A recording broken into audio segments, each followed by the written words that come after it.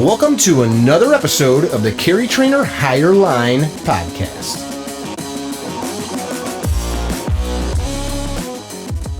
And it is the 24th of April, another episode of the Higher Line podcast. I'm with my friend, author, patriot, expert beard grower, Jack Carr.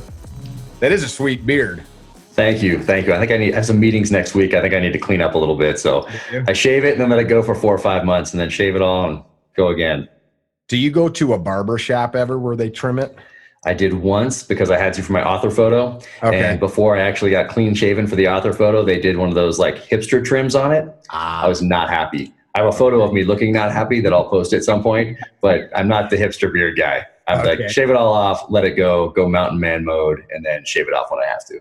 I like that. I went to the barber shop about a week ago, and I go to like an old school barber, you know, where it's like these guys were all World War II veterans or Korean War veterans, and they've got a guy in there. And I realized I wasn't 18 anymore when he said, "Do you want me to trim your eyebrows and ear hair?" They get a lot of that in there. I'm like, all right, I guess if you're telling me I need you to trim my eyebrows, if you're asking, I'm in. Mm-hmm. Exactly. Anyway, good looking beard. Thank you. Oils in there, like I see everybody. That's kind of not yet. That seems too hipster too. It just seems like I can't go there. A bunch of my buddies like tout products for people, and I don't have a huge beard, but like one of them gave me some, and it's like jojoba oil and like comfrey and all these things. Like I don't know. I don't think I need it.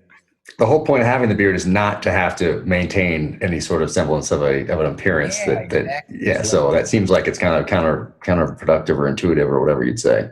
There you go. So I met you at a training kind of thing like a year ago. Yeah. Time you had told me that you had just wrote a book, and to be honest, I was like, oh, another former Navy SEAL writing a book. How cool. And actually, it was a good story when you told me about it. I was excited to read it. And you've since released the book, The Terminal List. Correct. I'm convinced the book is you trying to like immortalize yourself in a fiction. I know that you know that that's not the case, but you actually in the book tell people this is not me, right? Correct. But what a fantastic book. I know you've heard this, and this podcast is not going to be just about the book, but I want people to understand as we're talking, we'll probably refer to that some, what we're talking about. Sure. No, it's a pleasure to write, and it's definitely not me. It is 100% a work of fiction, and that does make it a little different than some of the other military authors out there that write about their experience in the military or on a certain mission or whatever it might be. So this is 100% fiction and just takes people on a fun ride. It is a fun ride. I listened to the audio version of it, Audible. Yeah. Simon & Schuster is the publisher. Correct. The gentleman that did the reading did a great job. I didn't physically read it. I have a copy, but I listened to the audio version, which is the entirety of the book. It wasn't like a truncated audio version, right?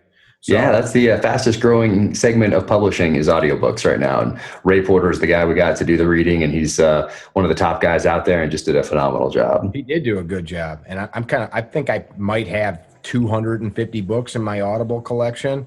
I do it constantly because I drive so much, and even I have bad tinnitus. So like at night, I've got headphones similar to yours. I'll lay in bed and like turn the book on. I'll look at what chapter it's on. So if I doze off, I kind of know where I got to go back to. I fall asleep listening to them as well. Clever. In the car, really, I go straight to podcasts in the car. So I I like to read. I like to have that physical copy of the book with me. But these days in the car, when I'm driving or traveling, it's podcasts. I appreciate that. I do that as well. Like, cause I'll highlight or underline things, not so much in a fiction.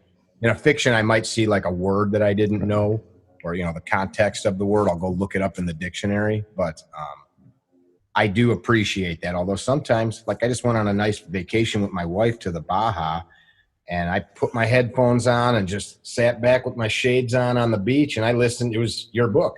I listened to half the book just with my toes in the sand, where I didn't have to worry about turning pages or You can lay in any position and keep listening and not have to, you know what I'm saying. It's very convenient. Very convenient. Mm-hmm. Especially with a good speaker, because their vocal inflection, the guys, they create different characters with their voice, and then the imagery comes where you're imagining the bad guy or the girl, their vocal inflection and tone changes. It's cool. Yeah, and Ray Porter, he's an actor, so he's used to doing that. He's not just a narrator. I think that's where he's found his niche. But and such a good guy too. He reached out and we've had some conversations. Just an awesome guy. I don't know if I could do that. I was thinking every time I listen to one of those, like you take a book like that, what's it take to read nonstop, hours and hours, and you just sit there and like, oh, start over, chapter whatever, and pour into it. That's a tedious task. I think so. And next time I'm going to try to be there for it so I can answer questions if he has some questions about, hey, how do you say this? Especially something technical. That this book does have some technical gun and gear stuff in it. Yeah. And so I think they get rid of the author just so they don't have somebody messing around with them, and they can the audio people can just do their audio thing. And so the author's not there. Yeah, exactly. That's not how I pictured that accent or whatever. But in this case, if I say, hey, I'm just going to be standing by for any technical questions. And so I think that's a little different than the author trying to say, no, why can't you do it more like this? Or jumping in as like a producer director person. What is it, like a week, 2 week, 3 week long recording process? No idea. No idea. Yep. You didn't ask that? No, but yeah, maybe I should ask that before I'm on in there for a month, just to answer a couple questions. It's like part of the whole package now. Like back in the day when like you see a movie in the theater, remember it'd be like 6 months or a year later, you'd go to a Blockbuster or whatever and be able to rent it. Now they got the DVDs printed while the thing's in the theater. And like with the books, like it's not very often my friend writes a book. I got a cousin I told you that's a best-selling author. She does like mystery novels. But when I saw that the book was out, I'm like, I'll see if it's on Audible. And like initial thought was, it's probably not there yet. But there it was, ready to go. So like the publisher has all that ready to go. Yep. Ebook, audiobook, hardback, all launched same day. So it's a package that's all set, ready to go. Makes sense. Give them what they want. There we go. Especially if it's audio and people are really digging that. So yeah, it's awesome. Let's talk about this a little bit. So we'll talk about a little, and I know you've done a bunch of these. So selfishly, I want mine to be your most enjoyable podcast as a interviewer, we'll say. But how could it not be? Come on. I'm just kidding, of course, but I don't want it to be the same old hat. So I know if we're going to tell people that they should read this book, I want them to know why they should read it. And again, I said I didn't want this just to be about your book. So let's talk a little bit about your background a little bit. Yeah. So I wanted to be in the military since I was a very little kid, and found out what SEALs were at an early age. So I think I was 7 years old when I found out what SEALs were, and through that movie, The Frogmen, old black and white movie. Sure. And asked my mom what frogmen were, and she was a librarian. So instead of just giving me the answer, we went and did some research at the local library. And cool. And instead of back then you could actually read everything there was to read about SEALs. Today, obviously, it's impossible with everything online. And I just found out, hey, these are pretty tough guys. The trainings looks like it's some of the toughest out there. So they had me from a very early age. But really, I was interested in it because my grandfather was a Marine in World War II, and he was killed off Okinawa in 1945. He was on the aircraft carrier Bunker Hill when 2 kamikazes hit it near the end of the war. And the first kamikaze hit right in the ready room, and that's where he was at the time. So wow. I grew up with the photos of his squadron, and there was an old TV show called Black Sheep Squadron back in the late 70s. Yeah. So, so I had that TV show was on, and I had these, made model airplanes of his plane, and had these photos and his medals and his wings and these silk maps they used to give guys back then, because they didn't give water map or paper maps, because if you hit the water and had to ditch your aircraft, then your map would disintegrate. So they were made out of silk. Wow. So I had some of those, and so from a very early age, it was like, hey, I'm going to join the military. And but also very early age, I wanted to write. And my mom being a librarian, we just grew up surrounded by books, and I naturally gravitated to the ones about the military and warfare. And then the fiction I was interested in at an early age as well were books that had that theme, that political military type thriller. So the Tom Clancy's, David Morrell, Nelson DeMille in the 80s. And then later I found Stephen Hunter, who is just an amazing author, and then later Vince Flynn and Brad Thor. So I naturally gravitated to that genre of fiction and knew that someday I was going to give it a shot. And that one day ended up being when I was transitioning from the military. And how cool one of those guys you just named is now out touting your book for you, right? Yeah. Brad Thor got on Megyn Kelly and talked about it and told everybody, held it up and said everybody needs to read this book. So that was just incredible. Stephen Hunter could not have been nicer. And so all these guys, I thought it was going to be the opposite. I thought that they'd say, okay, here's a new guy coming into the industry. Here comes competition, and they'd want to keep me at arm's length. And what it was actually the case is that wasn't happen like that. They were all very welcoming. All could not have been more generous with their time, with their advice. So everybody's just been incredible to me as I've taken my first steps down this path in the publishing industry. That's cool. Well, you're a good person too. You're not like an egomaniac kind of guy. Like, sure, if your demeanor or way you carried yourself put them off, they probably wouldn't be so apt to lend a helping hand. Yeah, maybe, but I was pleasantly surprised that that's how it was, coming from a background. Well, obviously I didn't know the private sector very well, spending 20 years in the military, but I thought it would be more competitive, more cutthroat and all that. And not the case at all. These guys have just been fantastic. And I hope I can help them out at some point in the future, because I surely feel indebted to all of them. Wonderful. So you joined the Navy, and when you joined the Navy, did you have a contract to go to BUD/S? I did. So they had a dive farer program back then where you had to still get a military specialty that you would go do when you failed BUD/S, because 80% of, exactly. So they used to have you go to your A school. So you go to boot camp, and then you had to do some sort of a rating that would allow you to go to BUD/S, to SEAL training. So it could be, there were some that didn't count for some reason, and some that did, like journalism school, I think that counted. Intelligence, which is what I did, that counted.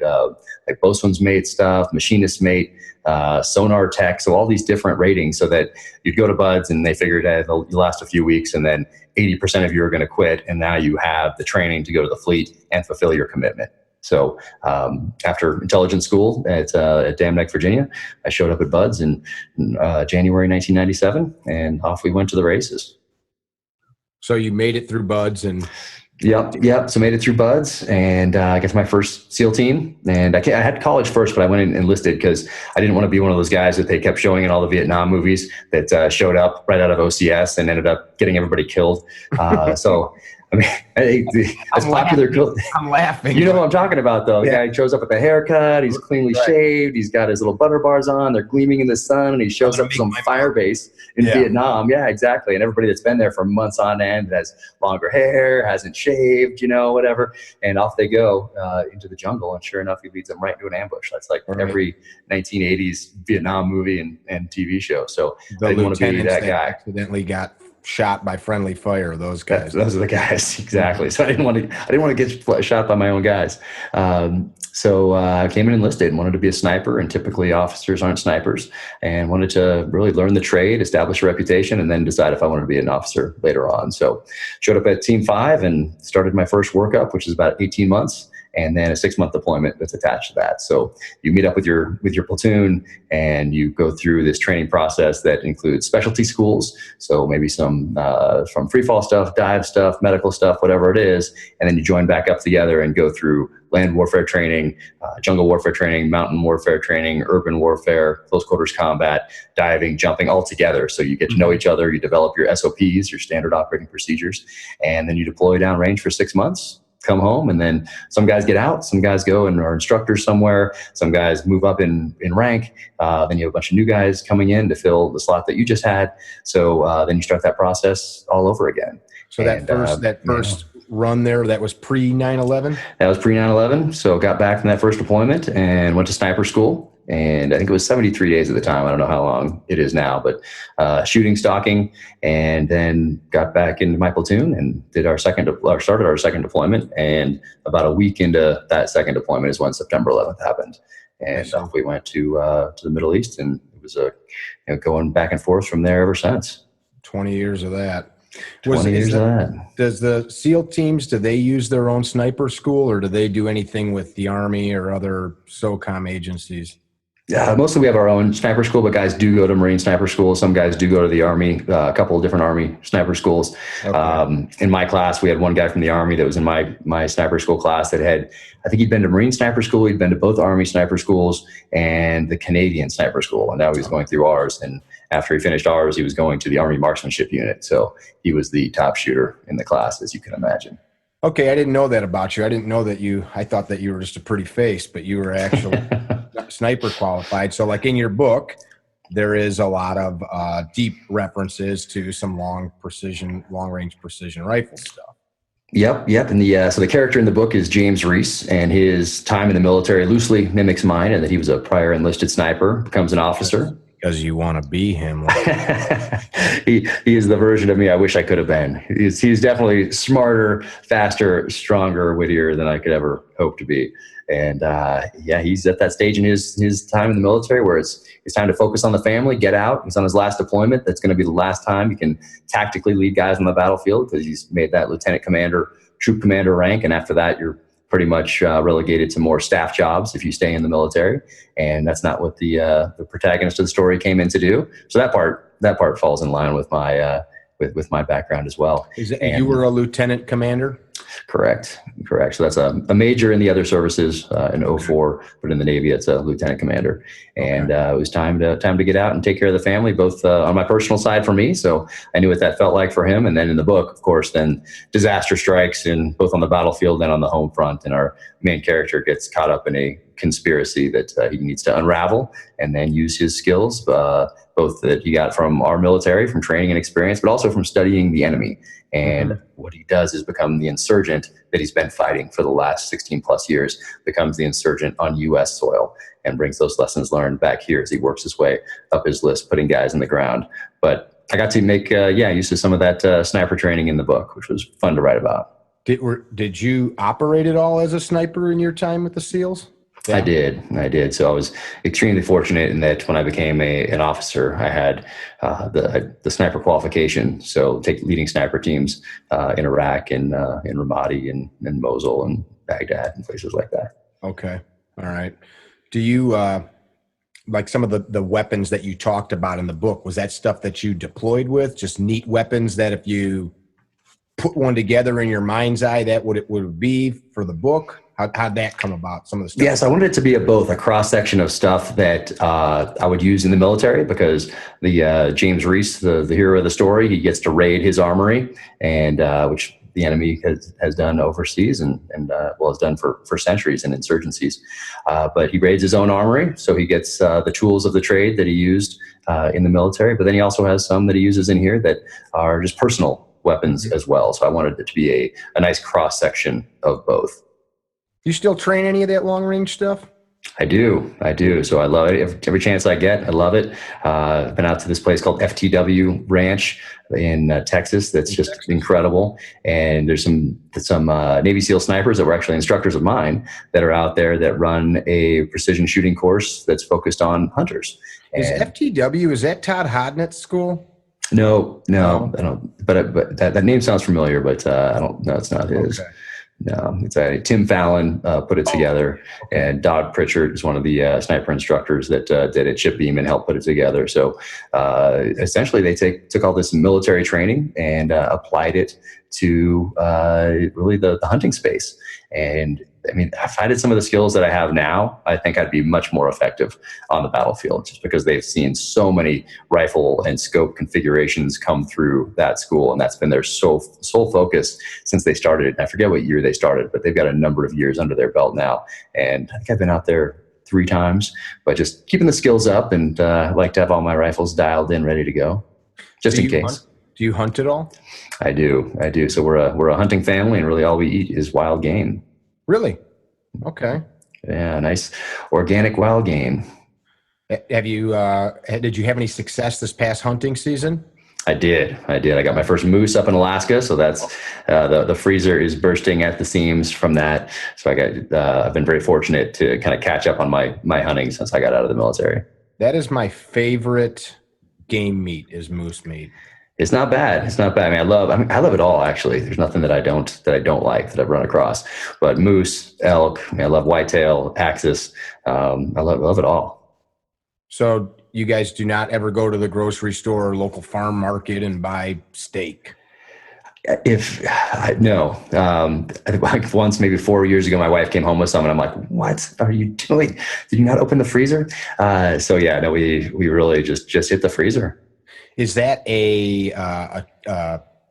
like an ethical choice? Is it you want to eat what you're providing your family? Is there anything mixed in with that, like from a nutrition standpoint? You don't want to be eating farm raised animals fed. Yeah, so it's all that. Really, I want the kids to know, where their meals come from. I want them to be part of that process and not Mhm. just rely on a supermarket, because we're getting a Mhm. little soft here in this country, where you can just go out and go to the supermarket and get really anything that you want. So I want the kids to work for it, to know where it came from, and then appreciate it Yeah. also. So they're involved in the hunts, and really that's what's these days is as we go out and go afield, it's about going together and having the kids out there. And Sure. so when we sit down to a meal that is something that they've provided for us, they're proud of it, and they're part of that part of the cycle. I agree with that. That's something like, and you've traveled around the world, but we Americans here, we go turn the tap on and clean fresh water pours out. We can scrub our cars with it, dump the stuff down the drain, think nothing of it. And like you said, you go to the store and can buy mountains of food. If you don't want any more, you just dump it into the garbage and away you go. Where I grew up hunting. My son is now hunting. My daughter, not, she would enjoy everything but the killing, which I don't take pleasure in the killing, but I Sure. don't know if she's to that point yet. But that's kind of what we've tried to pass on to our own as well. As you eat that, enjoy it, but know a living creature died so that you can go on living. Yeah, yeah, you had to work for it, you had to prepare for it, Hmm. and you need to take it seriously, and you understand what life and death means. It's not Yeah. just something abstract.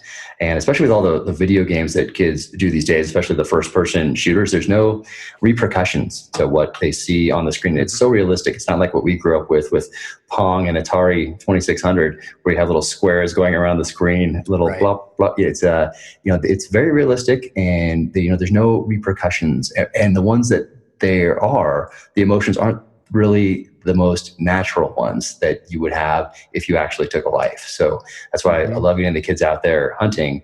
They actually take the life of a living, breathing creature, and they understand what that means, and how serious that is. So I think it's only beneficial, and it also gets us away from all the iPhones, the iPads, and all the other distractions of life here in 2018.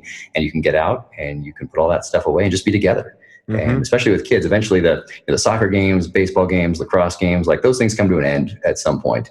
I'm there But hunting, we can do it together forever. So when I'm 80 years old, I can still be going out with the kids and getting in a tree stand and talking to them and spend time with them. And it's a little different than mom and dad passing through town and taking everybody to dinner. There's just right. something different about going on a trip, seeing some beautiful places, and being out there in the mountains in that fresh air and being part of the natural cycle. So it's That's a only pretty that's beneficial. a pretty special thing when I've It got is. numerous pictures in here of hunting trips with family and friends, and each one of those occurrences, you there's a bond there that you can't get anywhere else. It's not like going to a ball game or Mhm. like you said, having dinner. It's pretty special. Oh, it's definitely different. The relationships you build around a campfire after a hunt, or in the tree stand, or just being part of that process, you can't really replicate that anywhere else. Which is why there's Mhm. such deep bonds formed that way, and why I think it's so important for our family anyway to get out and really live that lifestyle. It's kind of an interesting thing. We talk about that. That's one of the things that I teach on is that self responsibility, and it's not from a like anti-government or living off the grid thing. And the point I'm about to make is, while I appreciate everything we're talking about, it is physically impossible for 400 million Americans all to be hunters. Hmm. So it's like there's got to be a way to have that same mindset, the appreciation for the cow that you're eating at McDonald's or wherever. If that's how you choose to live, you still should be able to cultivate and develop that same appreciation for a life, even though it was raised in a commercial farming instance, uh, to understand it's not just some tasty treat that showed up in a paper wrapper. You know what I mean? I do, and I think some people are intellectually developed enough to be able to appreciate it without having ever hunted. They know that, hey, what's on my plate here came from something living. I really appreciate that. I appreciate that after this meal, I will be full, and most of the world would kill to have this meal put in front of them. So I think some people have, but some people can't make that leap, or just they haven't thought it through. They haven't been put in a position where they had to think it through yet. They just go to McDonald's or whatever else, or they go to the steakhouse or whatever else, they get their food and then they go on and we're texting and they're posting and they're just living their life, and they haven't really given thought to what it meant to have an animal be on the plate in front of them, and really giving them life. So most people don't have to think about that anymore. So, and it's good in the sense that we live in a society where you live for a long time and we have all these modern conveniences, but it's bad in the fact that you don't appreciate it and don't understand, and therefore might not be as engaged in preserving some of the rights that have been handed down to us to future generations. Podcast I recorded the other day, one of my good friends, former Green Beret, tells a story about how his children don't understand why he sometimes he'll drink water and he kind of just like says he will say things like, oh, it's so good. And they're like, it's just water. And he has a story about a time while he was deployed that he thought he was going to physically die of dehydration in some hot climate. And it wasn't like, I'm so thirsty, I'm dying. It's, I'm actually dying. And when he finally got water, it was like, wow, this is so great. And I'm sure at that point, it was not some delicious city water or even better bottled water. Like my wife buys Fiji water, and I think, what a world we live in where we can take water out of the ground from 8,000 miles away, bottle it up and ship it to Costco. And then we have it. It's incredible. It's crazy. But what I was driving at is it is imperative on people like you, like me, that do think about that, to make sure that kids understand that even adults understand that because it's like incrementally forgotten little by little. Oh yeah. No, it's clean water in most of the world is hard to come by, and malaria and everything else that affects most parts of the world that doesn't affect us here. We live in a time that allows us to become very soft. So we must be, I'd say, constantly on guard against that. And for us, being able to engage with our kids and make sure that they know how fortunate they are to be living in this country and have the things that we do and have the opportunities that we do. And we really can't forget where we come from. But at the same time, the other things that go along, like we talked about, self-reliance, just getting out there with a firearm with the kids. It definitely builds that personal responsibility, that self-reliance, and it makes them tougher people. Let's talk about that a little bit. I met you through a firearms training program. I don't know how much of that you're at liberty to talk about or whatever, but you were developing a training program for concealed carriers. Of course, that's my bread and butter, the nature of this podcast. So that taking that thought process of appreciating water, appreciating food, this self-reliance, self-responsibility. So you're now helping others do that through firearms training. Yeah, no, helping.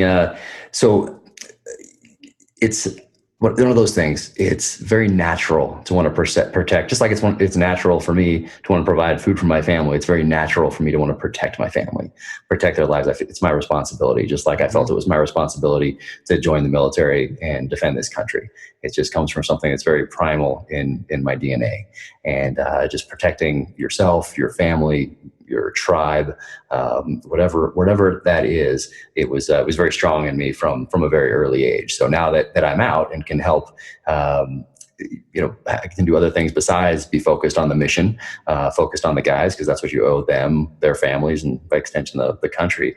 You don't really have time for much else when you're in the military or in special operations. So now that I'm out, I can take that breath. I can look around and pick the projects that I want to be involved with. And the NRA asked me to contribute to this new Carry Guard training program that they were putting together. And it was such an honor to be asked. And I wanted to help out as much as I could. So being able to at least help people start down that road to self-reliance and to be able to defend themselves and their family, and find other instructors that they connect with, because some people might they might connect with you, they might connect with Pat McNamara, they might connect with Larry Vickers, they might connect with Johnny Primo, whatever. They might find that one person that's near their hometown, or that comes through a couple times a year, or whatever it is, and maybe somebody finds a couple different people that they train with. And I just encourage everybody to go out there and find somebody that they connect with, whoever that person is, and train and be as prepared as you possibly can to protect yourself and your family. Now you don't have to, but if I just feel like it's my responsibility as a husband, as a father, and as a citizen to be prepared as much as I can at all times. I agree with that. It's a good program you guys put together. All good men involved with it. You guys have invested tons of thought energy, and of course, nothing's perfect. Everything, especially in education, is always evolving. Yeah. Right? But you guys are willing to allow that evolution process. Oh yeah, that's the most important part, I think, is to be able to have that built in to the program. So you don't want this thing to look the same as it does today 10 years from now. That's a failure. So just like the enemy adapted to us on the battlefield and we adapted to them, it's a game of constant adaptation. And don't think that criminals in this country aren't doing the same thing. They're evolving and adapting, and they're looking for their next target. Sure. It's fun when people start talking about like to get like specific into like tactics, like the way a guy holds a gun now. We could just talk for an hour about that.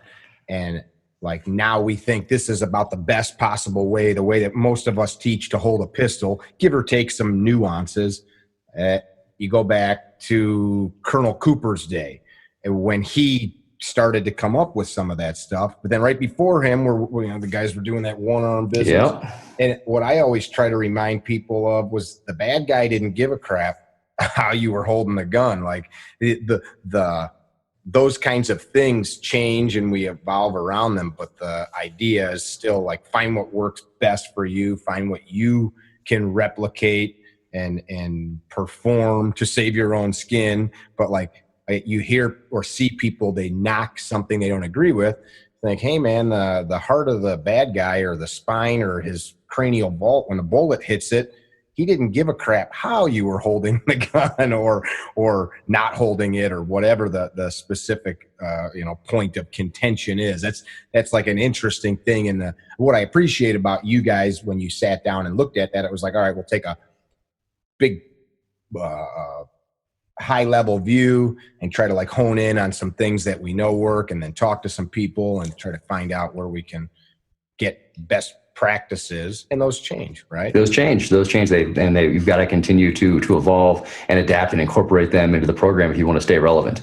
Otherwise, people will either get trained in a way that is not as relevant and not as effective and efficient as some other people who have adapted and evolved that are out there, and they'll go there. They should go there. They should go to that person that's evolving and that's adapting and that is also rooted in fundamentals at the same time. And those fundamentals, however you hold exactly that thing, it might change, but those basic fundamentals, knowing the fundamentals remains constant regardless of what you're doing, whether it's something more esoteric like leadership. There are some basics in leadership, or something like a sport, like a tennis swing, a golf swing, shooting. The best in the world do the basics exceptionally well, regardless of what it is. And that's really held true as long as I can, in my research anyway. So coupling those basics, those best practices with some of the legal aspects, and then putting those together in a scenario type format so that you're coupling what did I learn in that legal thing? What's some situational awareness? Oh, geez, this doesn't look quite right. With those fundamentals in some sort of a scenario. So you bring them all together at the end and force the person to apply both the fundamentals and what they've learned on the legal side of the house. So anyway, but we want to continue to adapt and evolve as we go along. And that's a lifelong journey in anything, religion, art, combat sports, or combat arts. It's all a lifelong journey, right? So I mean, at tactical level, it is like jiu-jitsu. For every move, there's a counter move. Same thing on the battlefield. For every move, there's a counter move. Do you do same thing in life. I did, and now that I've had well, I had a spine surgery and a few other things, so I would love to continue to evolve as far as jiu-jitsu goes. But now it's about really staying in shape for the kiddos. So I think my level of unarmed combat prowess on the ground has plateaued at this stage in my life. But luckily, I got in pretty early. I was a very early adapter in the early '90s, or early adopter in the early '90s. But now people, once again, the best in the early '90s would just get trounced by the most intermediate level practitioner today. Funny you say that. I walked into my first jiu-jitsu gym in the mid '90s, and the gentleman that owned that gym was a UFC fighter. And not to take anything away from him, he's a black belt. Was one of the first American black belts. Now his skill level, his high point, like you just said, it's so much. Just even like look at the shooters that were like competitive shooters from the '80s and '90s. Some of them, like Rob Latham or those guys that are phenoms, are still right. Some are still around. Yeah, but the guy that was great in 1990 now is just like an average club shooter today. Because I remember when I started trying to really sort out how to shoot a pistol, the internet just didn't, the YouTube and all that stuff wasn't really what it is now. And you go take a class. I just had this discussion with some students. And when I used to go take a class, you'd have to, the couple people doing it, you have to get an affidavit from your local sheriff or state's attorney that you were not a criminal trying to learn these things. Now you send the money through PayPal, show up, you got no idea who's who, and people are passing on all this information. Things like that grip, it was like a mind-blowing thing. Like, here's how you hold the gun, because there wasn't Instagram or YouTube or all of this stuff to see it. It's pretty crazy, that flow of information. It is, and so it's good and bad. There's so much information out there, and it allows everybody to have this platform and comment, so it is kind of wild. And I'm just wading into it right now. Of course, in the military, I stayed as far away from social media as I possibly could, because I saw how we could exploit it to target bad guys, and we were showing how the enemy could exploit it to target us and target our weak points. So I stayed away from it entirely. Now I gotta have to wade in. The days of being the reclusive author up in the mountains that no one's ever seen before, those days are over. You got to be out there and on social media and doing interviews and that sort of thing. So you have to be much more public than you could have got away with a lot more in the past. Let's delve into that a little bit so the viewers maybe understand, or listeners, depending on what platform we're on, understand what you're saying. So there's, like, of course, some basics, like don't take pictures of your electric bill and put it on Facebook, which I don't know why anybody would. So, like, we got like simple, what should be common sense about what we're sharing with the public. We assume, well, all my Facebook friends are good people, but what you just said is you could access a bad guy's information and find that to exploit their weaknesses. So what is something, based on your background, your experience, people should and shouldn't be doing out on social media? Well, there's quite a bit there. So just some basics, obviously, are not if you don't want your house to get broken into, or don't want if your kids are home alone with a babysitter, probably not good to post in real time about you being date night, down. Kids are home alone. Exactly. Hey, on a 2-week vacation to wherever, to Baja, right. Kids are home with the whatever. So there's certain things like that are just okay. So now you do so much of, and I won't say enemy, I'll say criminal job for them, where they in the past would have to really do their homework, really do their research, or just stumble upon some things as targets of opportunity. But if they were specifically targeting you, then they'd really have to work hard at it. And now we do a lot of what they would have to have done and put work into, let's say 30 years ago. We do it for them. We're giving them a lot of information. And if you forget to click a couple of boxes, you have email, phone number, birthday, like those sorts of things that are out there. And you can go back and check some boxes and fix it, but maybe they already have it.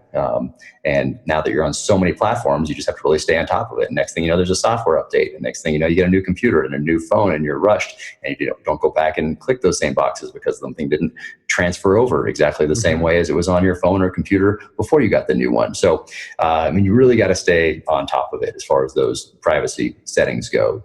And then posting, of course, we just talked about about that. And then there's some other things as well, putting your home in a trust or an LLC that's with a name that's not associated with yours, just to make it a little bit harder for somebody out there if they wanted to specifically target you for whatever reason.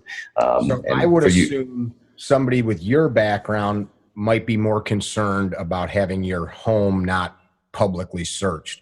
Would or should, I don't want to say average Joe, because we're all people that have lives that are valuable. But if somebody hasn't exposed themselves to, say, hunting terrorists, do they have to be worried about their name and address being found at the public recorder's office? Well, there's always going to be a way to find. I think anyway, that if you dig deep enough, especially today, you'll be able to find it. So it's really about making sure that those people that aren't going to dig that deep are going to go find another softer target. That's how I look at it. So average guy, be faster than the other guy the bear's chasing, is what you're saying. yeah, shoot him in the leg. But just making yourself a little bit harder of a target. And it's not necessarily being paranoid. It's just being aware that now there's a lot of information out there. And if you want to make yourself a little bit harder than the next guy, then there's a couple things that you can do to make that happen. For people in this space and people that might be interested, that might be watching this, the anti-Second Amendment type people. There are some very, very, I don't know, disturbed is the right word, but people that will or can target you because of what your stance is on the Second Amendment. Same thing with hunting. If you're not even vocal about the Second Amendment in particular, and your focus is more the hunting side of the house, there are some very active anti-hunting people that can find your home address, find your business address, and can target you like that. So in those two spaces, if you're an advocate for the Second Amendment, and if you are a pro-hunting person that that actively lets people know that on social media, then I think it would be wise to take a couple precautions that you might not necessarily take if you weren't involved in either of those two areas.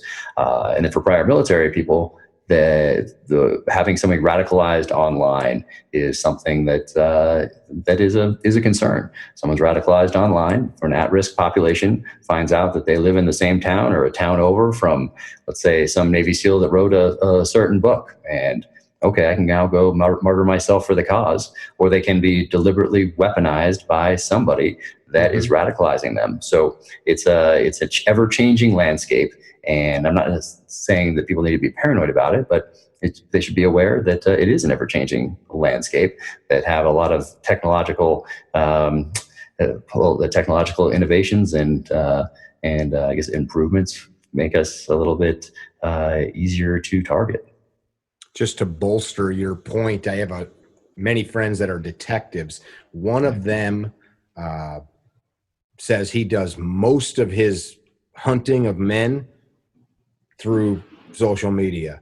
So there's guys out doing surveillance, and he's attached to the U.S. Marshals, and most of how he finds people is, becomes a friend of somebody, and the next thing you know, you're seeing who's got a family barbecue or who's going to what bar or concert or whatever, and that's the end of that. So sure, for people that grow up with it, it's so natural to share so much of your personal information because they're doing it like you and I. We had to do it later in life, so we were already older. But kids today, they're growing up with it from day one. Their earliest memories are going to be of mom and dad having a cell phone in their hand and being on the computer, and they will get those things much earlier. And if they have brothers and sisters that are older, they'll be exposed to social media. It's just a very natural thing for them to grow up with now and to share copious amounts of information that we would never have dreamed of sharing in the past. And it's just it's a changing landscape. It's tough for parents. At the grocery store 2 days ago, the people had a 3-year-old maybe and a child that was 1 or less. And the 1-year-old, they had some kind of holder that had an iPad in it, and it, the little bassinet thing that you carry to the car and becomes a car seat. It had this iPad fixed over and it was this like cool rubber thing with giraffes and junk on it. And that little baby was working the screen. And I just thought to myself, okay, like to your point, my age, and these people were probably 10 years younger than me. I thought I would never in my wildest dreams, even if I could afford at that age to buy my kid $1,000 electronic device at 18-month-old or year-old to let the kid. It's bizarre, but to your point, that has become such a normal thing. I sometimes will catch my own kids, or I'll see a niece post something, and I'll text her daughter, niece, whoever, text them in private and go, take that shit down. What are you doing? Yeah.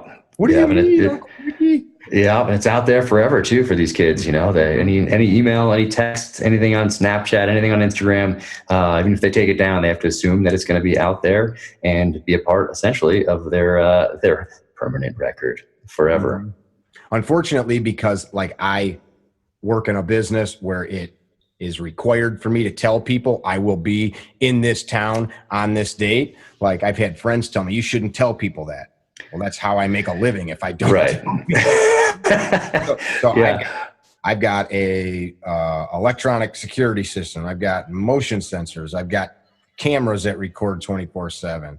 I have like every police officer in my town and in our, well, not everyone, but many of them use my driveway and street as a place to do paperwork. And, nice. And you know, like they all know if they need to use my restroom or, you know, just need a spot to back in where they can eat their lunch, come to my house. And so there's all kinds of times a day you could drive by and there's a squad within 100 feet of my front door. So like I purposely create that. Yeah.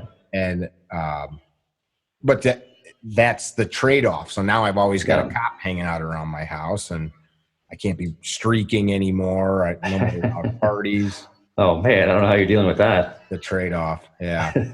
That's interesting. No, same thing. You have a multi-layer security type system, and you know, with like you said, with the cameras, with the motion sensors. Dogs are obviously great. With a family that knows how to use firearms, that has them accessible when they need them, and going along with that, also having basic things like fire extinguishers standing by for that contingency. So, you know, you just it's multi-layered security systems and doing just everything you can without making it just take over your life, and just having it be just a part of and something that's natural because it's you protecting your family. That's a good point. The not taking over your life. I'm sure you've met many people like this. I know I have, where I think it starts out as I want to protect my family, and the deeper down that rabbit hole you go, I've had friends that have, well, I won't even call them friends, but people I know that have food stockpiled for 20 years. They have guns buried in sealed drums on property. They literally, you know, you've met people like this. Now, I actually like those guys. What's that? I hope to get there one day to that level. Now, there's nothing wrong with doing those things, but when you no longer can enjoy your life, right? What are you protecting? That's the point I always try to make. Like, so now you die and you've managed to fend off every possible evil that could come about your family, but you lived a life full of fear and paranoia. Then what's the use? Right. So I guess it's really the intent behind it. So if someone's doing it out of fear and paranoia, maybe that's not quite so healthy. But if someone's doing it because they want to be prepared, and that's their lifestyle, and that they want their kids to be prepared, and it's coming from a different place where they're not like someone drops a pencil, they're not all like you know, engaging. I was agreeing with your point. You made a comment that it was I don't know what exact term you used, but like, for the right reasons within reason. Yeah. But I mean, it's going to be different for everybody. Everybody's going to find their different level of preparedness that makes sense for them and their family, and they're going to attain that and make sure that they're ready to rock when the time comes. I think you brought another good point up, things like fire extinguishers and stuff like that. It's amazing to me how many people show up to a class like the Carry Guard program or mine, and they don't know basic first aid skills. Their kids don't know how to swim. They don't have a plan to escape their house at night in the case of a fire or something like that. And we get myopic in our approach, and that can be for our own physical body. Like I see you post some videos of you out jogging or snowshoeing. I like the idea that, like Pat Mack talks about it, this, what does he call it? Our combat chassis. There you go. Yeah. If this thing's broken down or I can't get out of a chair, I don't care how fast you can shoot a gun. If I can walk up and just push you onto the floor because you can't. Right. Of course, people have injuries and things like that. Sure. Like, without being insulting to people, if you can't bend over and tie your shoes, there's a problem. Yeah, you might want to work on that. Yeah, yeah. If you can't climb a flight of stairs without wheezing, or I get a kick, you travel a lot. I go to the airport and I try to always keep moving when I can, especially when I'm traveling, because what do? I'm sitting in a car. I'm sitting on a bus. I'm sitting in a plane. And then what do? You get to like the waiting area and you just plop down and you wait some more. So I'll go walk around, and then you get off and it's time to go get your baggage and go wherever you're going. And what do people do? They want to get on the, I don't know what they're called, the automated, like I can't even walk. And it like, push yourself. Yeah, I try to avoid those at all costs. And Dom Rasso talks about this all the time. He posts videos about it, and so I do it. One, because I like to move, especially when I'm traveling. But two, I'm afraid that Dom's going to jump out from behind something and stab me in the throat, or someone's going to take it. Another friend's going to take a video of me on an escalator and send it to him. So I just don't want to have to deal with the fallout from that. I have a buddy in New York. I'll send you his Instagram page. His name's Joseph. I can't pronounce his last name. He's got a heavy Italian last name. He's 53, I think. He looks like the cover of any Men's Health magazine. And he eats well. I think he lives on the 33rd floor. So every day he's got this workout, and it's like, I think it's 1.5 miles from his building. And he takes like a bag of chains and a rope and a kettlebell, a bunch of different stuff. He puts it in a backpack, and not every day, but many days, he goes 33 flights of stairs down. Wow. Then goes the 1.5 miles, and then he does these crazy sick workouts where he's doing like 500 burpees and all these things. Then he loads all that junk back up, walks the 1.5 miles back and up the 33 flights of stairs. And then he takes a shower and goes to work. And you've done plenty of physical exertion, but people look at him and he's not like huge. He's just super fit, very muscular, eats well.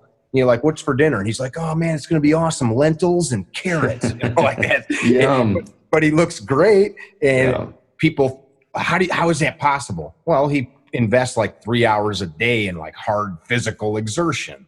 Wow. That's next level. Yeah. Going up and down 33 flights with the chains. That's good stuff right there. But Dom would be proud. This guy's in it, but that is this man's Budo. That's his life's the way he chooses to live it. So there's this result, and that's why I brought it up. Is like we're always looking for these. What can I do to be safer? Like, can you just teach me to use a gun, or do I install this alarm? It's a lifestyle of how you do these things. No, absolutely. It's all. Mindset. Obviously mindset is that the mind is the most important weapon that we have in the arsenal, and keeping that sharp and just being. And for me these days, it's really about being the best dad and husband I can be to these kids, and that the personal security part of it, family security, all that's wrapped in to all of that stuff. But being physically prepared, being mentally prepared, and just knowing how to use different weapons to defend ourselves, it's just part of living. It's just a very natural thing, I think, for anybody to want to do. I think that's a good thing to be a good dad. I think this world is missing out on good dads. We've got a lot of good moms, but we don't have a lot of good dads. There's definitely plenty of them out there, but the live feed that I did today was a bunch of people complaining about a lot of what is. So I wanted to take it back to like, what can we do? And like, if we just all worked on getting out of bed and saying, I'm going to be a good husband and I'm going to be a good dad, and quantifying that with some stuff, because it's easy for us just to say, I did good, but I'm going to be kind. I'm going to take the time to listen to my kid. I'm going to show him or her through my actions, not just my words, what it means to be honorable and kind and work hard and take care of my physical body and all those things. That's how you kind of change the world. Oh yeah. I mean, they're watching your every move, just like you're in a leadership position. obviously my experience is in the military, but anywhere, and people under you are watching your every move. They're watching, they're judging. But same thing with kids. They're doing the same thing. They're watching how we treat our wives. They're watching how we treat our neighbors. They're watching how we interact with other people that are strangers. And they're taking all of that in, and obviously they're very impressionable at these early ages. So it's one of the most important things we can do is to take care of our own backyard and our own family. So I try to really keep that at the forefront of what I'm doing, which is one of the reasons that I chose these certain ventures. As I was getting out of the military, I chose ones that would give me the freedom to control my schedule. And that was very important to me, was to be able to spend time with my family, to invest that time in the kids, be there to read them books before bed, to be there, be aware of any issues, any problems, and just be a family unit instead of being, zipping off around the world like I was for the last 20 years. Was to be here and be present, and not just be physically present, but to be emotionally, mentally present as well. So that's something I think about quite a bit, just to make sure that I'm actually doing it. Because it's with all the things I have going on, it would be very easy for me to be physically present here, but to be emotionally or mentally elsewhere, thinking about book number 2, which I'm in the middle of right now, thinking about these other business ventures I have going on. Hurry up way.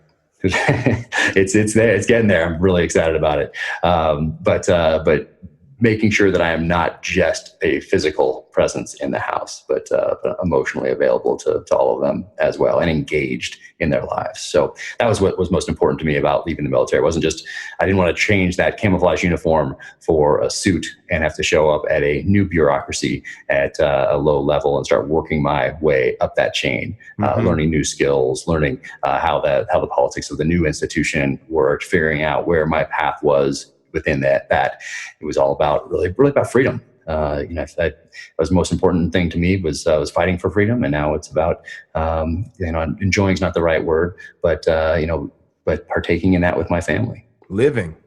Just living. Yeah. I think what you just described is definitely something every man. Now, I think women are more intuitive with that emotional connection to family, and us men, I don't know. Maybe I don't know if it's a nurture versus in an innate part of our being kind of a scenario, but we definitely have that ability to be sitting there, but right. Did I get that contract signed? I got to call so-and-so. I'm guilty of it all the time. Yeah. And I like to, in the training I do, not to make it about me, but I like things that have synergy in other areas. Like when I'm physically exercising, I'm trying to use that time, because it's kind of downtime where I'm not making phone calls, and it's not to fill up my time, but like when I'm exercising, I like to use that. It's kind of alone time. You're not sharing it with anybody, to do self-talk, where I'm trying to program whatever I want into my head. And so when I'm training with firearms, while the goal is firearms, I want it to be analogous. The skills you talked about, that people that are great sports, whatever, all do the basics very well. And that all's applied to anything in life, right? If you can be a great salesman, you probably can listen to your wife very with those same skills. You can hone in on your wife's words and pay attention to her face, her vocal inflection, and truly pay attention, because that's what a good salesman does, right? They learn. And I'm not telling this to you, I'm speaking. So actually I am telling this to you. I'm taking notes, don't worry. But good tidbits of wisdom here. Like sitting there at the family dinner and your mind starts to wander. That's no difference than sitting on the bus stop and some guy coming up and slapping you to the ground, or walking through the mall on your phone. It's that, like, I'm here right now. I'm here. And that's what I say that to myself. Be here. I'm here. That's good. I'll be even I'll be at the movies, which when you're at the movies, I'm there to immerse myself watching the film, but I'll be with my family. I'll still every moment or two look over. My daughter's laughing. That's good to see my daughter laugh. I love to see that look on her face. And I just try to put the perspective of, like you said, that being with your family. If I'm just focusing on a screen and kind of letting myself be a turd, it's all about me again. Yeah, no, I think as long as we're aware of that as dads and husbands, and it's really just being aware of it and saying, okay, I'm physically in the house, but for the last half hour, I've been thinking about that contract I need to sign or whatever it is, and I'm sitting next to my kid, and yeah, they can sense it. They know. Mm-hmm. So, and that's a tough skill to have, to be able to shut that outside stuff off and just be with your family, because we have so many just competing priorities and there's so many inputs, and you're not leaving work at the office anymore. It's coming with you in your pocket everywhere you go. So for me, like, the phone does not go upstairs to the bedroom. The phone for me stays downstairs. I never bring it up. Plug it in downstairs at night. Text me back at night. That's it. And some people in different time zones, if you're texting someone, you're like, man, I gotta turn this thing off. And now I just do it. Now I just plug it in. Much we demand from each other. I called you. I texted you. Didn't get back to me. So I make sure I get them really early in the morning when I wake up to work out, and at 5 in the morning, I'm returning those texts. See, I'm on my way to the gym. At night, when everybody's in bed, I'll deal with that. In the morning, I don't touch it. I don't want to see social media feeds, because that sets my brain off, where now I feel like I can't do what I need to do. So same thing, I just choose a different time of day. When I want to be engaged in that stuff. No, I do the same. It's only if a text comes through that I was in the middle of conversation with, and I'm shutting down, boom, and then I just kind of hit them early so that they feel bad that I've been up for a couple hours working out. Right. Yeah, I got you. But exactly. I don't want to get pulled in any of that when I get up. I want to get working out. Don't want to be sucked into social media, because it'll suck you in, as I found very recently. Yeah, you can kill tons of time. I find that the social media, you've probably heard this, people will say like these flippant comments like, it's the internet, or that's Facebook for you, talking about the trivial, nonsensical conversations. And I kind of, like, my thought is like, it's not the internet, that's people. That's human beings. That's how humans interact, except they're doing it through this platform rather than face-to-face or in a public setting. Like, it's not the internet making these people be trivial and flippant and inane. That's how they are. And I don't, so like, I always try to remember that, like, and I can be all of those things too. Like, I'm not going to engage in that manner. So like you said, I'm going to leave the thing here, and what's the trade-off? No, exactly. So what the internet has done, though, is give us that platform for interaction where we're not, there's no repercussions physically to what we do or say to someone. So it's allowed people to be very rude and not very thoughtful, and made it not okay, but it's very weird. It's very strange. So people say things and do things online and on social media that they would never do in the presence of another human being that they're interacting with, because there's no repercussions. And it's an odd thing. Yeah, I have people that constantly say things to me, like somebody wrote some very, vile stuff the other day on a YouTube video. And I wrote, by reading it, my take was this young man felt inferior, not maybe to me, but just in general, and didn't have a way to voice that. He didn't love himself. So I just wrote, hey man, it's clear to everybody here. First I said, I don't appreciate that. And then he commented with like something else that was even more vile. So I said, hey, I can see that you need a hug and somebody to tell you that you're good enough. And that was, it was a little passive aggressive, but I said, like, I care about you, even if you don't care about you, and that you find that this is the best use of your time. And of course I wanted to say, look, you freaking punk, but that would just feed that. Right. No, you can't engage on that level. Obviously I have not been doing this for very long in this medium, but it seems to me that the people that engage in that way are not people that I'd want to have beers with. They're not people that I'd want to surround myself with in normal everyday life. You probably don't have a lot of people sending negative comments towards you. No, I haven't experienced that yet. It's just my observations from now going and just slowly easing my way into social media with the book, which observations from other people. So I I don't want to go down those rabbit holes, but it's just merely an observation of human nature and the way people choose to engage in a very odd format where you're not doing it face to face. It's different, even different than on the phone. I mean, it's different than picking up the phone and calling somebody. You type something that you would never say in person or on the phone in most cases to somebody else. It's just it's a strange thing, and I don't like it very much. But it's hey, that's the way we communicate these days, and it's the world in which our kids are growing up. So talking about that with our kids and making sure that they are aware of what's acceptable and what's not is something that as parents that we need to stay engaged in. For sure, a lot of good can come from it too. Like siblings that are coast to coast. You and I know each other because of social media.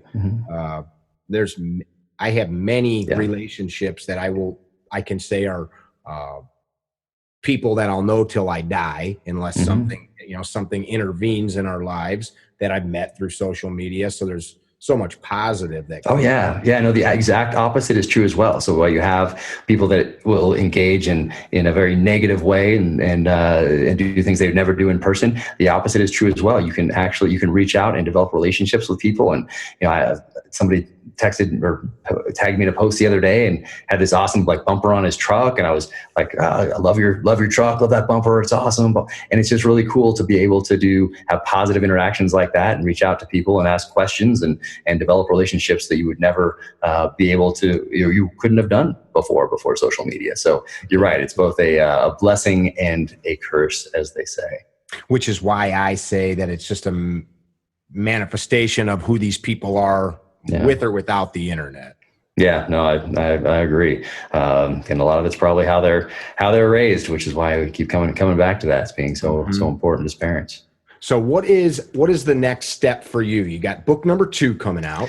Book number 2 is coming out. We got I wish I could announce it officially right now, but there should be some movie news soon on book number 1, which is pretty cool. I'm pretty excited about that. And I'm a little disappointed that I haven't been called to be the hero actor, but whatever. Like I said, it's not official yet. We can't really talk about it. So just wait by the phone. That'll be cool. So yeah, really excited about that. But yeah, book number 2, I just want to be able to devote, and I will in the next couple of weeks, get it really dialed in. So now we're at the stage where I'm reading, rereading, editing, inserting different chapters, looking at it as trying to look at it through the eyes of someone who wasn't intimately involved with its creation. So which is it is fun part of the process for me. So I've loved really every part of this, but book number 2, and then have my consulting work in the tactical outdoor space, a hunting operation in Lanai, Hawaii. So all these things are things that I choose to do and I'm very passionate about. So what kind of I feel very fortunate. In Hawaii, what type of? So it's axis deer and mouflon sheep. In the 1800s, they were brought over by one of the kings, the mouflon from North Africa and the axis from India, and they just thrive in that environment over there. There's no natural predators but man, and they provide a lot of food for the island, and there's just a beautiful place to go and hunt with a family. And what's great about it is that if you have family members that don't hunt, and in this case, I'll say if you have a wife that doesn't hunt, they still get to hang out at the Four Seasons pool and eat at Nobu or Malibu Farms and go to the spa. And it's just a great vacation and escape for the whole family. And those that hunt can go out there and experience hunting in Hawaii. Is it private property? It's there is both public and private land over there. So, and we do it on the private side. So there's a website somebody can go look this up and set up a hunt? There is highadventurecompany.com. Adventure Company is company spelled out. It is, and it's there's a bunch of different hunting options there, and ours is the Hawaiian hunting one. So it's a pretty high end deal, pretty cool, and and great meat. Axis deer meat, if you've never had it, is absolutely incredible. So it's because it's part of our union, it's not bringing meat in from out of the country. How do you get meat home? That's like for me an 8 or 10 hour flight. You freeze it solid, pack it up. Exactly. freeze it and ship it to a processor of your choice. Okay. So yeah, it's great. It works out. But same thing, I was wondering that same thing when I first got over there. But yeah, you just freeze it and off it goes. So you quarter it up and pack it in. Yep. Coolers? Okay. Yep. Exactly. Put it in little cardboard boxes that have styrofoam in there and dry ice and all that. So very nice. Yeah, it's pretty cool. Here's what I'm thinking about as I'm talking to you. I'm not stroking your ego. So I'm sure as people listen, so most of the folks in the world, no, let me rephrase that. Many people that listen to the stuff that I put out are looking for some type of direction. Not that Mickey has the direction, but usually we're talking about things from the perspective of here's how I failed, here's how I overcame it. So the people that will listen or view this might be different than the person that is on some other podcast medium that you've been on. Here's what I am listening to. Here's a guy as a young man, you said 7 years old, right? You decided I want to be a Navy SEAL. And that's pretty young. I don't think most people, when you're 7, I want to be a fireman or I want to be a pilot. And then you become a whatever, right? It usually doesn't work out that way. Mm. But I've met a handful of guys that seem to be real laser focused throughout their life. And it seems like that's kind of what you've got going on. Add to that, just in the time I've known you, it's like, damn, everything this dude touches kind of like turns out. Like, I'm going to write a book. Now he's got a book that's like people on TV are touting the book. Oh, guess what? Now he's got a movie deal coming. Maybe said that. Yeah. But this was the point. There's a reason for all of those things, right? It's not luck. Now you maybe have had some good happenstance. Maybe you met the right person that gave you had good parents. You had a mom that said, let's go to the library, instead of a mom that said, no, that's scary. Let's read about botany or something. Your mother allowed you to feed into your appetite to learn.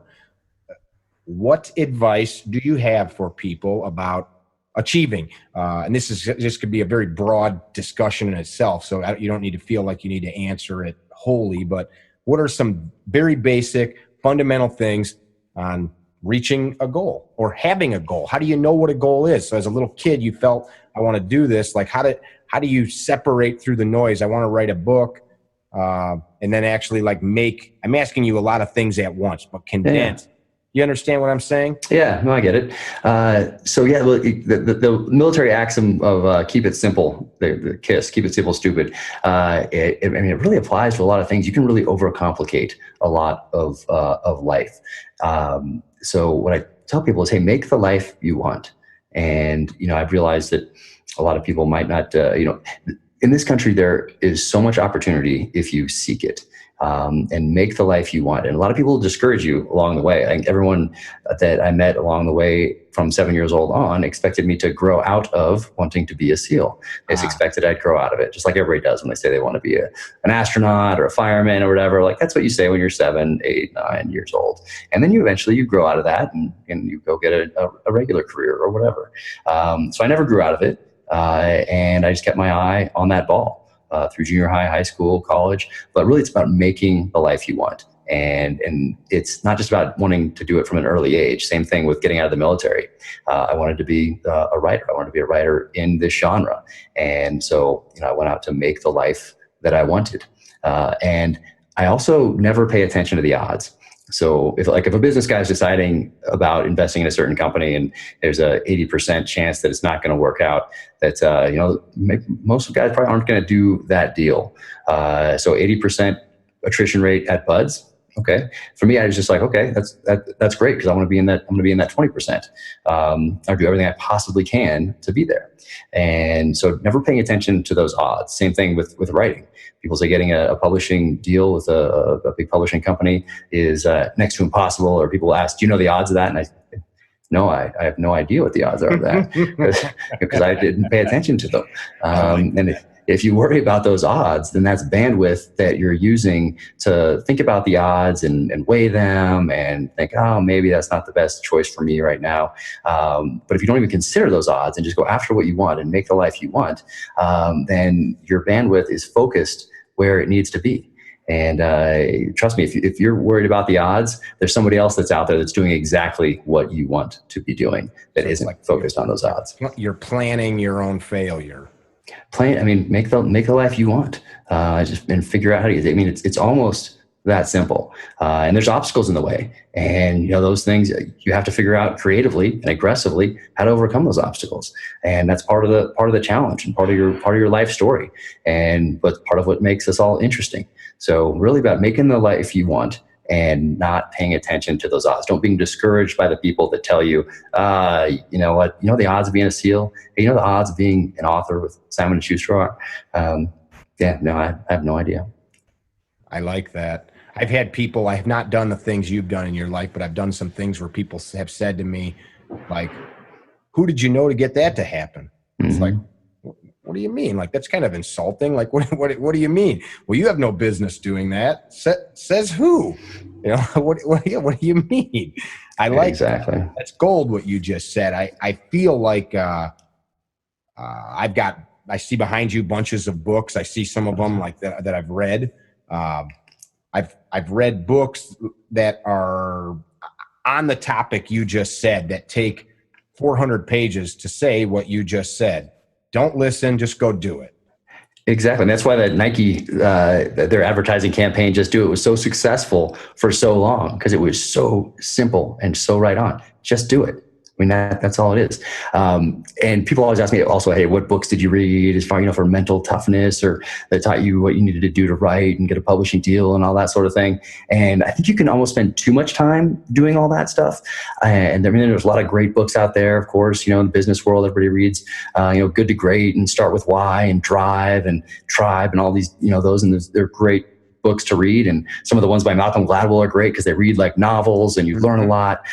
So it's important to read those, I think, because you can have discussions with other people about them and develop relationships with people based on similar things that you've read. But if you only read about how to do something and never actually do it, so there's a point there, and I don't know what it is. It's different for everybody.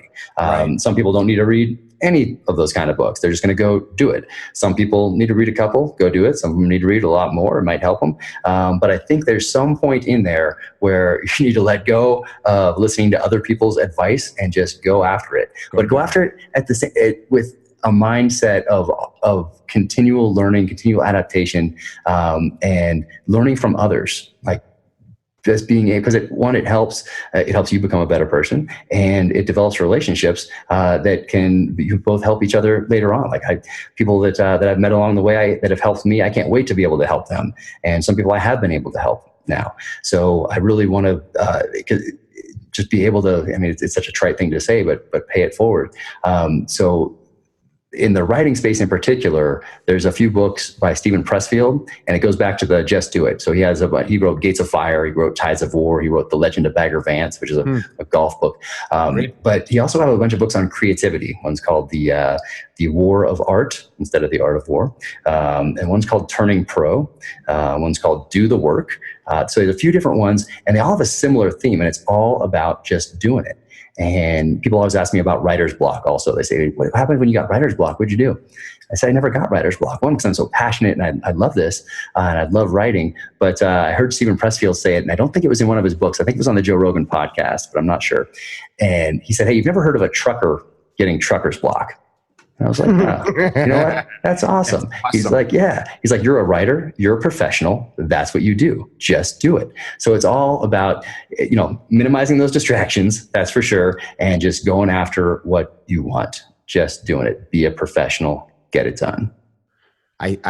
Everything you just said is so spot on. Not that you need me to agree with it. That's that paralysis through analysis. I have several friends that, at the same time, 20 years ago, we talked about starting different businesses. And after the baby's born, I'm going to do it. After I pay the house off, I'm going to do it. After, it's like that guy just keeps coming up with excuses. The other guy is keeps trying to learn a little bit more. He's like, he's constantly in the planning phase. And I've started 4 businesses in the same time frame. And it's not like I'm some straight tycoon or anything, but, well, how did you know how to do it? Well, I didn't. I failed 5,000 times. Like, how did you know what type of corporation to form? I didn't. I didn't realize that for 5 years, how to, what was what and which was which. And it's like working out. Like you have people that got libraries of videos, do this 10 minutes a day and you'll have a beach body, or do this and don't eat that and you'll look like Lou Ferrigno. That's a famous bodybuilder from long ago, if you don't know. And it's, how about instead just start doing some push-ups, and then like maybe push-ups will turn into jumping jacks, and that'll turn into pull-ups and a jump rope and jogging. And it's never a good time. Like, it's never a good time for any of this stuff, especially as you get older and you have more responsibilities and you have house payments and kids, and then another one or another one. It's never, ever going to be a good time. It's never, the stars are never going to align. You just got to get out there and do it. And I got some advice. So Brad Thor told me this, another author in this genre who's very successful and just an awesome guy. But he said, hey, give yourself permission to write a bad chapter. And I was like, oh, because he didn't really mean write a bad chapter. What he meant was don't wait for everything to be perfect to sit down and write. That's what he meant. So you just got to get out there and do it. You can't wait for everything to align and be perfect, and wait for the inspiration. And hey, you can wait a long time for that inspiration. You can wait a long time for things to be perfect, because they probably are never going to be perfect. You just got to get out there and get after it. Yeah, that's like, I want to run a marathon. It's too cold today, or I gotta get professional $300 shoes. I've heard these arguments from people. Right. No, same thing with working out. You're exactly right. Like, you can be out there and figuring out the exact, what's the most, and it's always great to stay at the forefront of things and be interested in things. But that analysis by paralysis that you just mentioned, same thing in the workout space. You can analyze so much. Okay, what percentage of what max and this, and okay, got to get it all just perfect. Or you can just get out there and start getting after it, start doing it, start moving and getting it done.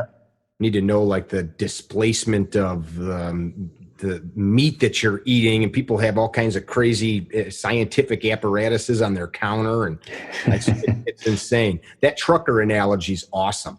Nobody's sitting at a truck stop going, I just can't get it into gear. I got trucker's block right now. I can't drive today. Yeah, the clutch, I don't know what to push. Yeah, that just doesn't happen. That's so true. I like that. I might like type that out and put that on the wall somewhere. Please do. It does come from Stephen Pressfield, though, so I got that from him. I'm gonna write that down.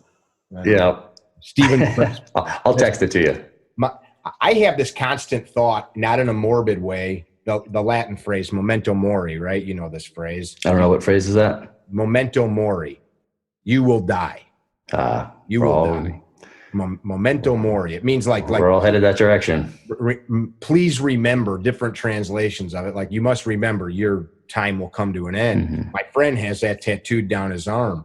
I don't need to tattoo it on myself, but I listen to people tell me they can't do this, or the excuses. And I think there's a grave waiting for you. There is somewhere on this planet a place where your ashes will reside, or your body will be eaten by worms. And it's there. It is at some point in history, your last breath comes and you are going to have that dirt poured on you. What the hell are you waiting for? And you don't know when it's coming. There's so my favorite book is Once an Eagle by Anton Meyer, and it was written in 1968. And it follows these guys, two guys. That's your favorite book? Yes. Okay. That's my number one book, the one I've gifted the most, and I gave it to most of my junior officers and enlisted leaders in the military. I'm jotting that down. I can text that to you too. But it's please do it.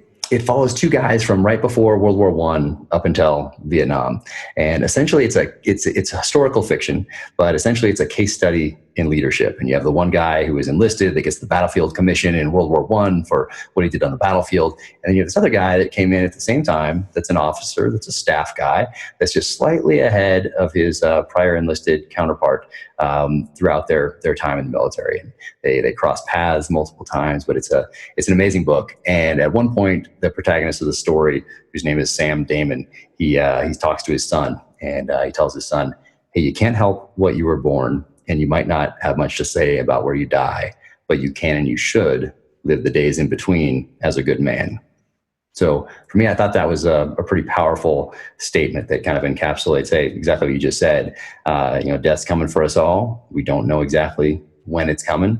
We want to preserve our life, the lives of our family members, and raise them so they're prepared to deal with the world and leave it a better place. But we don't know when it's coming. So living the days in between when you're born and when you die as a good man it's not a bad way to go through life. Your point there made me think of, I'll say something that's profound to me, not necessarily profound, and people will click, oh, that's such and such author. No, and that ain't such and such author. That's me, but like he heard it or not heard it. Like we all have these epiphanies. You're talking about business books. They're all saying the same thing. And it's one guy writes and a guy like me reads it a certain way and it resonates with me. Somebody else might be that person that needs every bit of the blueprint filled in. Somebody writes to that person. And like, we need to stop trying to chase the teacher and just start doing. Like, you don't need to have it all spelled out, it all filled out. It doesn't have to have a fancy title. That thing you just said though about being a good man, what's the use of all of it if it becomes selfish, self-centered, where it goes so easy to the extreme where we say like, well, this is my life. I'm going to live my life. It's mine, which we have to be that way a little bit. But if it all becomes selfish and self-centered and we don't have that compass where some people like Mother Teresa, it becomes all about everybody else. I don't think I have that in me. But if we are not trying to do good and be good, what is the point? What is the value? I agree. It's really about finding that purpose. So what's your purpose in life? What are you passionate about? And I think a lot of guys that are leaving the military, leaving professional sports, leaving an athletic team, Olympic team, whatever it may be, have a hard time finding that next thing that they are passionate about in life. So really finding that passion and then getting after it. And you can get, but it's important to obviously to read, but not get bogged down only in the study to a point where you're not going to be able to follow your passion because all you've done is read about other people's passion and essentially made their livelihood in the process. So really finding out what you're passionate about. And then it also helps when you have an opportunity come your way or there's a question about something to pursue. You've answered the question before you have to think about it because you have certain criteria of things that are important to you personally and professionally. And if an opportunity comes your way that does not fit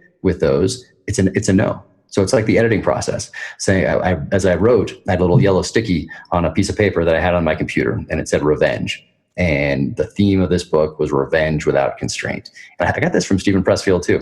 And if something I was writing did not directly or indirectly tie to that theme, then I just stop writing it and continue on another line. Or if I'd already written it, I'd reread it and say, okay, that does not tie in and get rid of it. But it really guided me along the way. So same thing in life. If you have those things, those criteria of things that are important to you, what you're passionate about personally and professionally, and something comes your way, you don't know whether you should pursue it or not, the question's already answered because you have that criteria and it doesn't fit, off it goes. Same thing with the editing. So really finding out what you're passionate about and then making it happen, I think is important.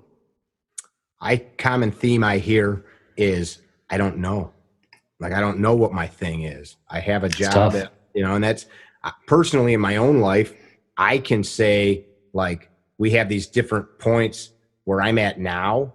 I'm older than I've ever been, of course, happier than I've ever been, because I know more about myself, and some of it's not good, but the point you're making is like certain things that I could identify as like that right there. That's my thing. I would have never in a million years as a 25-year-old man or 30-year-old man said that was something that was ever on my radar. So I bring that up because sometimes those things change. Like what I was passionate about at 20, I was not, or maybe had a different view of the thing as I've gotten older. Sometimes we have to be willing to change. Some people like, well, I went to college because I was going to do X, Y, Z. And then they realize they don't really love it or they're not passionate about it, but they're like, well, that was my course. So now that's what I'm doing. And that's where transition comes into play. Yeah. So making that transition, and it's okay to have a new passion, a new purpose. You're not tied to your old one, but it's a transition that needs to take place. So you have to transition from one thing to the other. And how do you do that? So I think a lot of people have problems identifying that next purpose, that next passion, because they think they're stuck, just like you said, in whatever they have been doing for however amount of time it is, whether it's a month, a year, 10 years, 20 years, whatever it is. For whatever reason, they haven't taken that breath and realized, hey, it's okay to have this other passion out there and to follow that passion and to really feel that sense of purpose, whatever it might be. But that's a transition point. And like you said, it's okay to have those transition points and to have those changes. And that's what happens in leaving the military. And guys have a hard time with that. Just like we talked about professional sports and the Olympic teams, they have a hard time making that transition. But it can be, it can be moving from, if you're an attorney and don't like being an attorney, now we're at a transition point if you choose to follow another passion. So regardless of what it is in life, there are transition points. And so it's okay it's okay to have those, but to identify them and figure out what's important to you moving forward, and then to make that transition and go get after it. It's directly analogous to what Brad told you about writing a bad chapter. It's never going to be perfect. Yeah. Sometimes you gotta, things adjust. I only brought that up because I hear people say to me, and I've been there, people give you advice or point you in a direction, and it's like, yeah, I get what you said, but I can't fill in the missing spots. And that comes down to what you said a moment ago. Just start going. Sometimes things become evident as you start moving. Like you can't see the path until you get up to higher ground. You can't see the landmark until you maneuver past some trees or maneuver past the structure that's blocking your view, and you would have never seen it if you didn't start walking. Yeah, and it's okay to fail along the way. That's all part of it. It's just how we deal with that as people, as leaders of our businesses, of our families, of ourselves. How you deal with that to make you a better person and wiser moving forward. And then you can share those lessons with the next generation. You can share them with your kids, and they learn from it, and they'll have failures along the way too. But in your sharing yours, then you know that they understand that, hey, it's okay. If I fail, it's not the end of the world, which is what this trap we've fallen into, I think, in this country, is we never want our kids to fail. Right. And, we're right there with them at every soccer game and telling them everything's, it's okay to fail. It's going to happen. It's a part of life. And it's okay. So the first time you deal with failure should not be when you're 28 years old. It's okay to fail along the way, and it builds character. No. You can't ever have to feel any pain. Exactly. My mother's favorite saying was, "Not everything in life is fair." Every mother. That's a favorite of every mother, I think. Oh, I don't know. I've got a family member. If there's somebody's birthday, she'll go buy 20 presents for every child that'll be there, so nobody feels left out. Well, what the hell's the point of it being, a special day? Wow. Wow. It's like that kind of stuff. Like there's plenty of people like that out there. Yeah. Don't expect it to be fair. Yeah. You don't get into it with that expectation. Yeah. Not fair. Sometimes you're going to get your teeth kicked in, and that is a risk of exposing yourself to something better. I can't believe you've ever failed. Oh, I'm sure I've a string of failures. I am sure, but I think I might have been two. But the key is just learning from them as you go along, so that you don't have this one huge momentous failure in life. That you have multiple ones along the way, and you're making adjustments, you're adapting, you're evolving, and then you're sharing those with other people, just like an after action report. So you finish up a mission, whether it's training or real world, and you come back and you do a hot wash right away. So you talk about what went right, what went wrong, how you can do it better next time, and then how do you disseminate that to the rest of your organization, to other organizations that are affiliated, and make us all a stronger team moving forward. So what's the best way to do that? And sharing those with people makes you more approachable, makes you more human, and lets everybody that's working with you understand, hey, do you really care about this organization? You really care about developing us as the next generation of leaders and making us better than you were at this. And that's an important tack to take, I think. And that can be applied to anything, not just military leadership. If you run a hardware store, or a clothing store, or non-for-profit, whatever. Oh yeah. Yeah. Yeah, just hiding behind in an office down the hall and pretending that the failure didn't happen does not help anyone. Mm-hmm. All right, last question, and you take as much or as little time as possible. So we've got a good picture of who Jack Carr is, right? I've already started out easy on the eyes, bearded, patriot, author, leader of men, mover of hearts and minds, knew what he wanted to do at 7 years old, been like a laser beam, being a little facetious, but failed twice in life. If you could go back and tell younger, let's say 16-year-old or 20-year-old Jack, one thing, don't do this, or make sure you never do this, or make sure you do that, or do me a favor, pal, take a look down this road when you get there. What would that be? Oh man, that's a very, very good question. Well, I definitely would have read Once an Eagle earlier. That was it's my kids. To you. Yeah, it really was. How old were you when you first read it? Gosh, I read that mid time in the military. So still a junior officer, but not. So still, obviously we're always developing, but probably more like mid 30s, right? Early 30s, mid 30s, somewhere in there. And so I would have read that earlier. Would have read that in high school, maybe even junior high, because I was reading.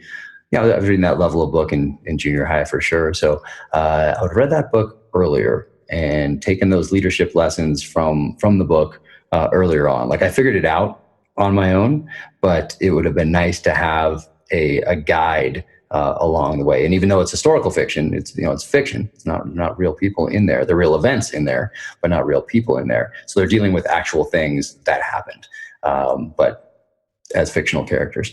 So I would have read that earlier in life instead of figuring out the leadership stuff as I went along. So I think it would have made me a better leader earlier on. So I think that's the main advice I would give to, because I did stay fairly focused on everything that I wanted to do, and stayed on the path that allowed me to get to the SEAL teams and try out. But I think I read that book earlier. That's the first thing that comes to mind for that question.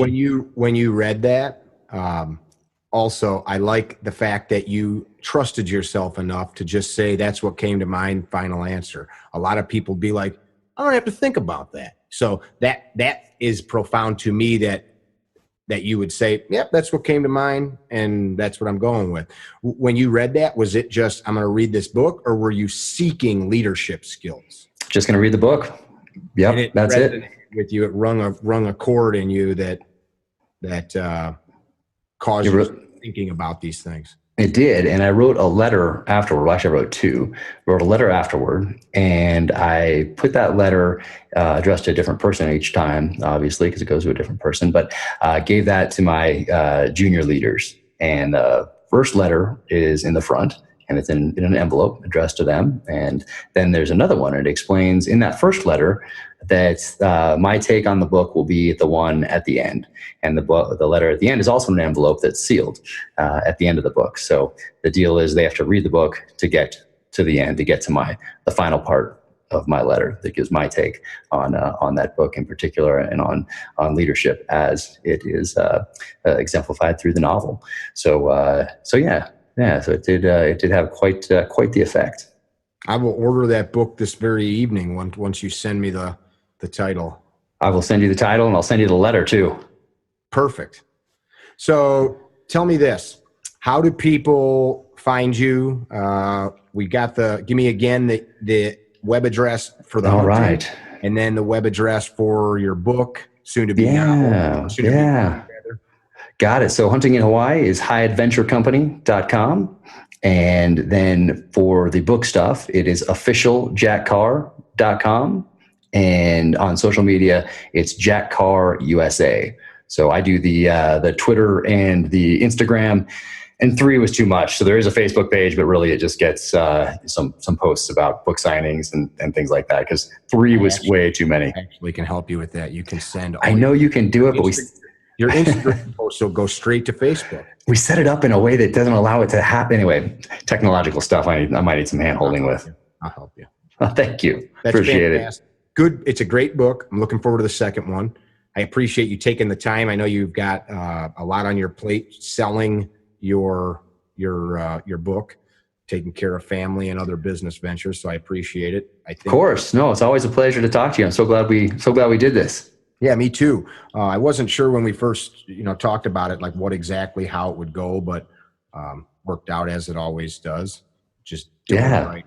I think just dive right in. We just got it done. We did. We covered a lot of ground. I think that people that have listened to this, there should be some entertainment value, but I think the deeper stuff that we talked about and discussed, that will carry on. Sometimes, to talk about myself for a moment, like I use the firearms for a way to get the chance to talk to people about what really matters to me. And the analogy I see is you wrote this great book, and it's given you a platform for people to see your life. It's not just, here's a cool book that's a fun story that's going to become a major motion picture with awesome actors that you're going to get to meet and go to green rooms. See, I'm all jealous. But instead, here's this thing that allows me access to people's lives, to people's for people to pay attention and say, well, who's this guy all about? And now your life, what you've done, they can say, oh man, that's something that I want something of. That's very cool. Well, thank you. And I didn't really mean it to turn out that way, but it seems to be working out that way now. Really, it was just, wanted it to just be a fun book, and hopefully a series, and hopefully a movie, and all that. That's really all I wanted, and I really wasn't interested in the public side of it and all this social media stuff that I'm doing and all that. But it's resonating with people on a much different level and a much more personal level than I ever anticipated. So if me being able to do this helps some other people out, and they go after whatever they're passionate about and find their purpose in life, and don't pay attention to the naysayers, don't pay attention to the odds. If people end up getting that from these interviews and from the book in general, then I'm even happier about it. That is what we will title this podcast. Don't pay attention to the naysayers. There we go. Or the odds. That's it. The odds. I like that better, because that's exactly what you said. Don't pay attention to the odds. Drew, do you hear that? Drew's the editor. That's what it's called. I appreciate it, Jack. I look forward to seeing you again. I'm not going to be in Texas next week. Are you? Yep. I will be there. I'm teaching up in Washington, but I'm sure our paths will cross again. Oh yeah, we'll be talking for sure, and I'll send you some of the info that we talked about today. Please do. I hope you enjoy the rest of your day. Call me if you need me. Everybody, look him up, read his book, and do good. You got a final word? Awesome, no. Thanks so much for having me on. Really appreciate it, and hopefully we can do it again one of these days soon. We will. Book 2. All right, stay strong out there. Visit our website, carrytrainer.com, for information about classes held throughout the U.S., Carry Trainer apparel, and upcoming projects. You can also email us at training@carrytrainer.com for information about setting up your own private course or speaking engagement. Training@carrytrainer.com or carrytrainer.com.